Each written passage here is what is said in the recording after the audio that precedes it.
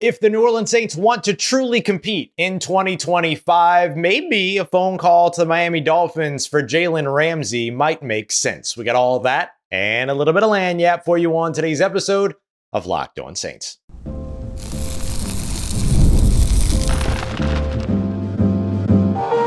You are Locked On Saints, your daily New Orleans Saints podcast. Part of the Locked On Podcast Network, your team every day. What is good, Who Dat Nation and Who Dat family? I am your host, your friend, Ross Jackson, New Orleans native, your New Orleans Saints expert and credentialed member of the media covering those New Orleans Saints as the Saints beat writer over at LouisianaSports.net and Saints analyst with WWL TV. And on today's episode of Locked On Saints, I'm going to give you some mid-round edge rushers you should know, while also giving you the lingering selection from yesterday's mock draft. We're going to dive into why edge rusher is certainly a need for New Orleans, but maybe doesn't necessarily have to be addressed at number 9 unless the right player is there. We're going to lead everything off with Jalen Ramsey and why the New Orleans Saints should at least pick up the phone to get a conversation in with the Miami Dolphins. We appreciate you very much, as always, making us your first listen, being an everydayer here on the show, which is a proud part of Locked On Podcast Network, your team every day. Today's episode brought to you by our friends over at FanDuel. Right now, new customers can get $250 in bonus bets by simply winning your first $5 bet. Head over to FanDuel.com to get started today. The New Orleans Saints want to compete in 2025. I don't know what's going to happen with them. I wasn't super high on their ability to be able to really go out there and win 10 games or anything like that, even with Derek Carr as the quarterback. Now, there's a question about who the quarterback is going to be. But leaving all expectations versus reality aside, the New Orleans Saints very much believe that their reality is going out there and competing in 2025. And if that is truly and indeed the case, a phone call to the Miami Dolphins for Jalen Ramsey makes a lot of sense. News reported early on Tuesday morning that the Dolphins and Jalen Ramsey were moving towards mutually seeking a trade that could lead to Jalen Ramsey separating from the Miami Dolphins and ending up somewhere else. Jalen Ramsey's been moved around a lot, right? Went from Jacksonville to Los Angeles Rams to Miami, now has a chance to land with another team. I don't know if the New Orleans Saints are going to be interested, but there is a clear connection between the New Orleans Saints and Jalen Ramsey, and it's Brandon Staley. Defensive coordinator Brandon Staley, now the New Orleans Saints defensive coordinator, back in 2020, was a defensive coordinator for the Los Angeles Rams while Jalen Ramsey was still in Los Angeles.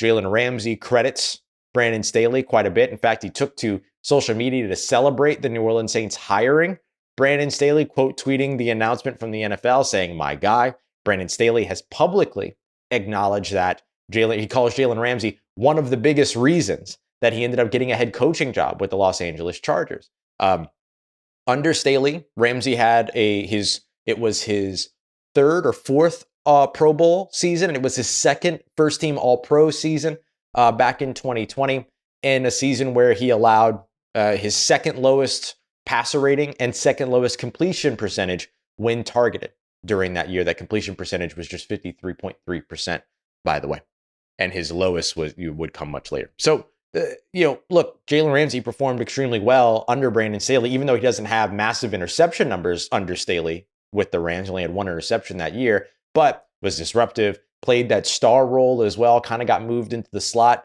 So this would create a little bit of a conundrum for New Orleans. If you traded for Jalen Ramsey and you did it successfully, do you play him outside? Do you move him into the slot? Do you move Alontae Taylor back outside? There's so many different things there. And again, the potential to change Alontae Taylor's role yet again, like this guy just cannot catch a break. But if you have the opportunity to add a 3-time All-Pro and a 7-time Pro Bowler, you likely take that opportunity depending, and here's my caveat, on the price. If the New Orleans Saints can move one of their 4th-round picks to Miami to get Jalen Ramsey, sure, great. If for whatever reason Miami's going crazy and asking for first, second-round picks and stuff like that, so long, see ya. Have fun, call up some other team where, this conversation is over. Hang up. I don't think that the Dolphins are going to unwarrantedly demand much more. They'll start higher than what they're actually going to get. Every team does. But I think if you can move for Jalen Ramsey for one of your fourth round selections, particularly your second fourth round selection, pick 131, which I've always kind of talked about as like the most awkward pick that the Saints have when they go through and like what's available or expected, what's projected to be available at that point in the draft and all that. That's a spot where I could see the Saints doing that, because then you're effectively getting a starting corner, which you'd otherwise have to invest a first, second, or third round pick in. If you could do that for a fourth round pick, you're in a good situation there. And so I can see the Saints doing that. Now, the other question is, what do you do about the money? $25.1 million on his contract. The Dolphins have already paid $4 million, so you'd have to bring in $21.1 million of that contract here for 2024. That's what you would take on. Now, you could offer a little bit more for them to pick up a little bit more of the money in some way. Or here's the good thing for the New Orleans Saints. They're in a situation right now where they have about a little bit over $27 million to spend. So truly, what they could do is bring him in, he would fit under the salary cap ceiling that they have, and then restructure his contract. The question is, do you want to restructure a contract of a player that's going to be 31 years old or turn 31 years old during the 2025 season? Now, the Saints have never shown any concern in doing that. And we should remember, too, that right now, the way that Jalen Ramsey's contract is built out, he has guaranteed salary through 2025, but his contract goes through 2028. And so if you restructure money, you push him into 2026, but it doesn't necessarily put you in a situation in which you're married to him for a long time or anything like that. He's got a $10 million base salary next year, $10 million after that, and then $21.1 million in 2028. But again, those latter ones are not at all guaranteed. So for the Saints, it would be a pretty easy contract to manipulate and move around without really putting too much strain on yourself. The price could be a little bit too high, though, right? The asking price combined with having to restructure $21.1 million and all this stuff, it could be too high for New Orleans, but it's worth having the conversation. I'm not saying that the New Orleans Saints have to make this move. I'm not saying that the New Orleans Saints will be a playoff team if they do, and that they will be a winless team if they don't. I don't think it's that critical, but I do think that if they truly want to compete, that this is a deal worth checking in on. Think about it. A lot of people are talking about, well, the New Orleans Saints wouldn't be surprised to see them get in late on the Aaron Rodgers sweepstakes, which I could not imagine them, coming out on top of and actually signing Aaron Rodgers. But if everyone's expecting them, or people are expecting them to go and try to call up Aaron Rodgers to be their starting quarterback, then how could we logically say that they wouldn't be making the right move by also calling up the Dolphins about Jalen Ramsey? You know what I'm saying? Doesn't mean that a deal gets done or anything like that, but I do think that it's worth checking in on. I do think that it would help you be able to use a lesser amount of draft capital in order to address a big time position for a year or two, and then you can go back to the market on it after that. But I don't think that this would be the worst decision at all for the New Orleans Saints. The biggest question is the asking price too high? Coming up next, the New Orleans Saints already being linked all over again to a first-round edge rusher, which is a move they might want to avoid. We got that coming up for you next as we continue on with today's episode of Locked On Saints, part of Locked On Podcast Network, your team every day. Today's episode of Locked On Saints is brought to you by our friends over at Monarch Money. Monarch Money has done me some wonders, especially right here during tax time. I started using it a little bit before all this, and I am so excited because I just did my taxes this year. Yeah, I wait a long time to do my taxes. And there were so many question marks that I had about certain things that I can already tell that I'm going to have the answers for next year because I started using Monarch Money. So me getting in on Monarch Money early this year is really setting me up for success when I go back to do my taxes again around this time next year. So I cannot wait because of what Monarch Money has helped me to do in terms of managing my finances, managing wealth, all of these other things, and hopefully growing wealth as well, helping from everything from investments to accounts to sharing to budgeting, so much more, all in one app. Take control of your finances today, just like I did, with Monarch Money, and use promo code LOCKEDONNFL. You're going to get that over at monarchmoney.com and get 50% off of your first year. That's monarchmoney.com, code LOCKEDONNFL for half off your first year. All right, family, draft experts are already saying, it's going to be an edge rusher to the New Orleans Saints at pick number 9 overall. And look, I agree that edge rusher is indeed a big need for the New Orleans Saints. They're changing their defensive system. I don't think that the change is going to be a 100% shift, but I wouldn't be surprised to see a 60 to 70% shift into those odd man fronts. And those odd man fronts might look like even man fronts sometimes, because oftentimes what will happen when we talk about odd man fronts, about the number of defensive linemen on the defensive line.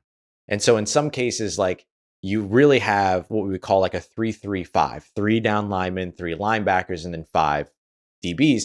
But one of those 3 linebackers is a pass rusher that's standing up at the line of scrimmage. So it looks like a 4-2-5, 4 down linemen, 2 linebackers, 5 defensive backs. So it's all kind of, when we talk about 3-3-5, 4-2-5, all these other things, like, it sounds super smart, but there's so much of it that is so versatile and flexible to where, it is what it is. And so I do think that, like, an edge rusher makes sense for the New Orleans Saints in this year's draft, because I think you got to be ready for your edge rushing group moving on post Cam Jordan, right? Cam Jordan's going into his 15th season. God willing, he plays more, but we'll see. You know what I mean? And God willing, he plays more doesn't necessarily mean that he plays in New Orleans. Like, we have to see exactly what it is that happens for him after this season, but the Saints have to be ready.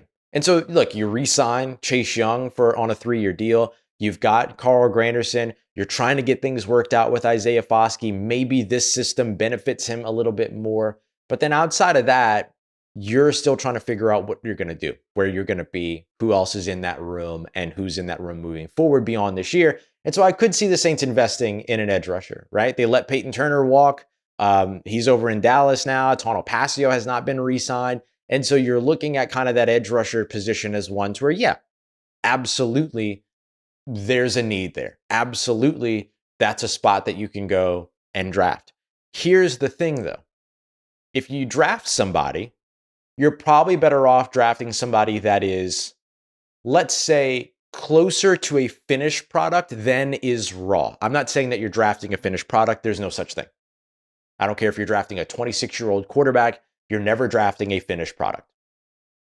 But you probably want somebody that's a little bit closer to that finished product. And that finished product, by the way, has a floor and a ceiling. And so you're trying to get somebody that's closer to that than I think you are trying to get somebody that's raw. And so there are names out there, the Shamar Stewarts of the world out of Texas A&M, the Mykel Williams of the world coming out of Georgia, that you're going to continue to feel or see connected to this New Orleans Saints team because it's what they've done in the past. They went for Isaiah Foskey in the second round. They drafted Peyton Turner in the first round. They drafted Marcus Davenport in the first round after a major trade up that shocked everybody. Literally, if you go back and you watch the selection of Marcus Davenport, the desk that's covering the draft gasps. Like, they gasped. And so I think that, like, yeah, there's a tendency for the Saints to do that, but they also really haven't done that. Like, I don't even really count the Isaiah Foskey selection as the same as the Peyton Turner or Marcus Davenport selections, because Isaiah Foskey had 11 sacks in back-to-back seasons, showed to be a very productive pass rusher, and was drafted in the second round, which was equivalent to his value, matched his value in terms of what his value looked like going into the NFL. How he has been utilized since then is a different conversation. And so there's a difference between a failure of scouting and a failure of like talent identification and a failure of deployment, right? Implementation in your system and everything. And so I think Foskey might be closer to the second than the first. And so we'll see. We'll find out. But these kind of like raw, more project pass rushers that you can draft in the first round, it's not that I think that they're bad players. Like, if the Saints took them, my concern with them would be, can the Saints do the right thing with them? Can they develop them? Now, there's a whole new coaching staff. There's an edge rusher coach specifically working with edge rushers, along with Bo Davis, who's working with the defensive line. And so maybe, just maybe, the Saints are more and better equipped now than they were before to handle the sort of project, the sort of raw pass rusher that they need to develop and all those other things. But why invest that at number 9 when you can get somebody that's closer to a finished product, or get somebody that's closer to a finished product at an entirely different position where you need immediate help, not future help? Like, the Saints could use some help when it comes to pass rush specialists right now. Yes, there's no doubt about it. But they really need help at wide receiver. They really need help at pass catcher as a whole. It could be wide receiver or tight end. They could use some help on their defensive interior, some immediate help at their defensive interior. Cornerback, if they don't trade for Jalen Ramsey. Like, there are those players that are going to be available at number 9. They could potentially have a massive impact if selected, as opposed to some of the players that could be selected at the edge rusher position that would need to effectively sit back for a season or two and develop. They have the tools, they have the traits, they have the physical nature, the physical benchmarks that you can't teach. But do they have what is necessary for New Orleans? And furthermore, are they the stand-up speed rushers that New Orleans doesn't have, or are they the hand in the dirt, 4-eye, 3-4 defensive ends that line up right over a tackle, for instance, or over the inside shoulder of a tackle sometimes? Are they that style of player? And is that what the Saints need more than they need the speed and bend off the edge from a stand-up edge rusher? I would argue that they need the speed and bend of a stand-up speedy edge rusher more than they need the hand in the dirt 3-4 defensive end. And so guys like Mykel Williams, as well as Shamar Stewart, maybe check the 3-4 hand in the dirt defensive end box better or more because of their size than the speedier options out there. If you were to go and invest the number 9 overall selection in James Pierce Jr., the 6'5", 250-pound, 4.47 speed edge rusher who ran his 4.47 40 in a hoodie, sure, I'm not going to be upset with that at all because he's closer to a finished product and he's been productive in his collegiate career and has also been a solid run defender, while these other guys are more developmental and maybe aren't necessarily checking the box where the New Orleans Saints have a need. I think that the danger that we run into sometimes is that we still, as a community of football people and an NFL community, don't always delineate the same way between what a defensive end is versus what an edge rusher is. And I almost wish that we had, or that we took the time to expand our definition or designation of positions to include a defensive end and an edge rusher, a cornerback and a nickel corner, all these other things, kind of like we do strong safety, free safety, right? And obviously those have different definitions, but you get what I'm saying. And so this idea that the Saints are switching to an odd front formation, therefore they can invest in just any old edge rusher out there, it is a little bit haphazard. What you really need to understand is, what we really need to know is what they need to invest in specifically. Do they need the speedier stand-up edge rusher, or do they need the hand in the dirt 3-4 defensive end? If the answer is the hand in the dirt 3-4 defensive end, that leads you to one group of players. If it's the stand-up speedy edge rusher, then it leads you to a different group of players. Now the question is, in which of those two groups are Mykel Williams and Shamar Stewart, who are a bit more of the more raw first-round talent players, or second-round talent, first-round pick, very likely players? I argue that the Saints need more the edge rusher, and that those two guys that are a little bit more project, a little bit more raw, are really more so those hand in the dirt 4-3 or 3-4 defensive ends that actually don't fit the New Orleans Saints' new system. Coming up next, I want to dive into some of the later round, mid-round edge rushers that can help in either one of those prototypes. Let's get to that next as we continue on with today's episode of Locked On Saints, part of Locked On Podcast Network, your team every day.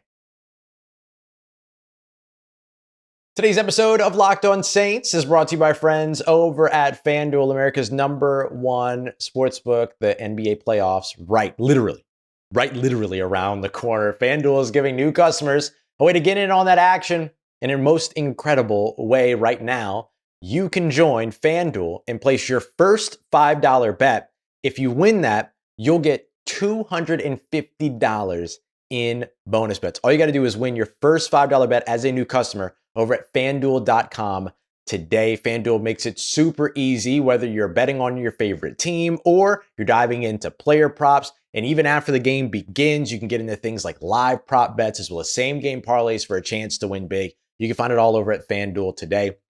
Later on tonight, you have a heavy favorite, the Golden State Warriors taking on the Memphis Grizzlies, 7-point favorites. You can put $5 down as your first bet on the money line. If you win that, you walk away with a little bit of savings, and you get that $250 in bonus bet. So don't miss out. Head over to FanDuel.com today and claim your $250 in bonus bets.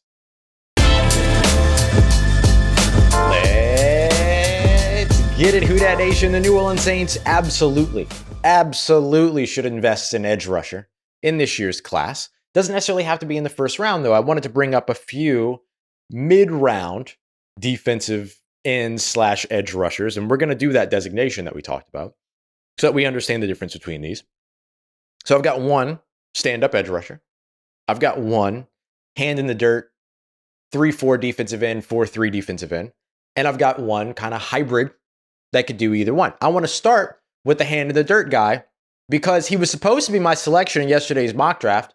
I don't know if you noticed, but I omitted round 4, pick 131 because I'm an idiot. And so I'm going to be less of an idiot today and tell you that in yesterday's mock draft, which actually I'll mention the rest of the mock draft to you as well. But the in yesterday's mock draft, the intent was for round 4, pick 131 to go to Savion Jones, the LSU edge rusher.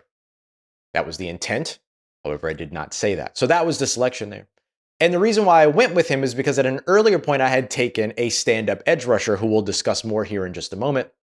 But I missed on, mentioning Savion Jones. So why did I take Savion Jones? Well, for me, Savion Jones is a really interesting player, especially when you can potentially get him in the 4th round as a potential guy that could put his hand in the dirt, be a 4-3 defensive end for you, as well as potentially be a 3-4 defensive end for you. He's got good size at 6'5", 280 pounds. Like, he fits that mold to be the next guy to fold in along with Carl Granderson and Cam Jordan and Chase Young and Isaiah Foskey and whomever else. The reason why I think that he's such a good player, though, is because of the way that he also contributes in the run game. He's got really good measurables in terms of what it is that he's able to do, right? 6'5", 280, ran a 4.75, a 9'11" broad jump. So a little bit of explosion there, some solid speed there, all of that. Somebody that's able to contribute as a pass rusher, but also able to contribute as somebody that can help you out in the run game, which I think is one of the things that the New Orleans Saints most desperately need when it comes to their offensive line. Would you like to see them get more sacks? Absolutely. Absolutely. But they were a solid pressure team last year, thanks to Carl Granderson and Chase Young. The issue was not finishing at the quarterback. And so there is that part. You'd like to see those numbers go up, but you can still get the pressure. You can get the pressure. You just need to finish at the quarterback. You could do that with the same players or similar players. But where I think Savion Jones helps you is with that 7.7 run stop rate. His ability to be able to make plays in the run game and help you out there, where you finish 31st in the NFL on defense. The 15.1% pass rush win rate, one of the hardest metrics to say out loud in football, is also outstanding. But for me, the big thing that I'm looking for is what can you do to also help out this run game, especially if you're going to be more of a hand in the dirt guy. He had 43 pressures last season for the LSU Tigers, which was 8th amongst edge rushers or edge defenders, let's say, defensive ends for the SEC. I think Savion Jones is a little bit more of a defensive end or an edge defender as opposed to an edge rusher. His effort is awesome. He's got good length as well in terms of like reach and all those other things. He comes in with an arm length of 33.5 inches. That's longer than most offensive linemen are getting drafted with these days and causing so much controversy. But yeah, Savion Jones was going to be the pick at 131. I was going to pair him with a different edge rusher. So you got the hand in the dirt guy to kind of help you build towards your future. And you added that stand-up edge rusher over on the edge. So let me go back to the guy that I selected in the mock draft yesterday, which was Oluwafemi Oladejo, the edge rusher, we'll call him, coming out of UCLA. Now, for him, you're talking about speed more than you're talking about size. You're talking about athleticism more than you're talking about size. 6'3", 259 pounds with a 36.5 vertical leap and a 10-foot broad jump. So again, explosion, which is exactly what you want to see, because that kind of translates to how quickly you get off of that defensive line and what you can do in terms of getting off the defensive line and having an immediate impact. What's your speed from your starting pose, all those other things. Now, remember I said that Savion Jones had 33.5-inch arms at 6'5". Well, here's Oluwafemi Oladejo at 6'3" with 33 3/8 arms. So nearly the exact same, 1/8 of an inch off. So you get really good length from Oladejo, even though he's a little bit smaller than your prototypical hand in the dirt defensive end, because he's more of that stand-up speedy edge rusher. And so that's what I really want for the New Orleans Saints as that kind of like mid-round selection or even early round selection. I mentioned James Pierce Jr. earlier. I think Oluwafemi Oladejo kind of hits pretty much similar size, similar measurables to Leonard Floyd, who Brandon Staley had a lot of success with during his season together, during their seasons together with Chicago, as well as with the Los Angeles Rams. And so the runs, and the other thing is that he also commits pretty well to the run game. Oladejo does with a 9.3 run stop rate. So you see him be somebody that has been effective as an edge rusher, as a pass rusher, but also somebody that comes in and is able to contribute to that run game without losing much of an opportunity there to also help bolster your run game. He's one of those players that we saw get better each and every year, which is again something that we love to track when it comes to draft prospects, especially guys in the middle of the draft and all those other pieces. And so you want those players that are constantly trending upwards. And Oluwafemi Oladejo has certainly been that kind of guy. All right, so that is one of the players that I think would make sense for the Saints at that point in the draft, the mid rounds. I think he's going to probably be like